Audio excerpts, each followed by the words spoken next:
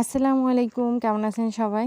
আজকের বিকালবেলা উঠে দেখতেছি বাহিরে মেঘলা মেঘলা আকাশ, তাই একটু বাহিরে বের হইলাম। এই যে আমাদের পাখিটা পর্দা দিছে পাখিগুলা, কারণ ওরা ফাঁক দিয়ে বের হয়ে যায়, এর জন্য কাপড় দিয়ে আটকাই দিছি।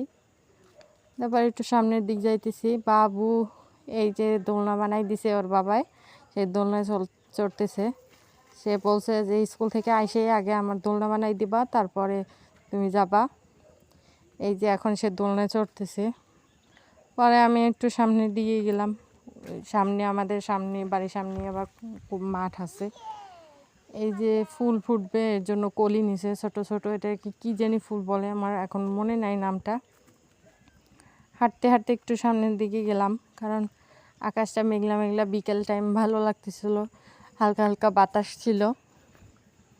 এই যে এই পাশের দুটো গোয়ালঘর আছে, একটা আমাদের আর একটা আমার চাচা শ্বশুরের।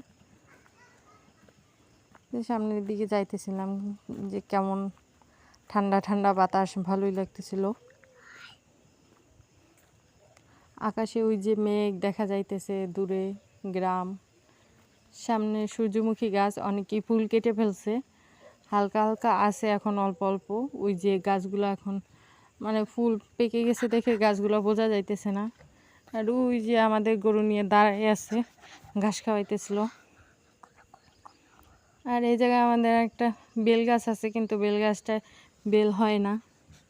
এই যে আকাশটা মেঘলা মেঘলা, আকাশটা পরে আরও অন্ধকার হয়েছিল।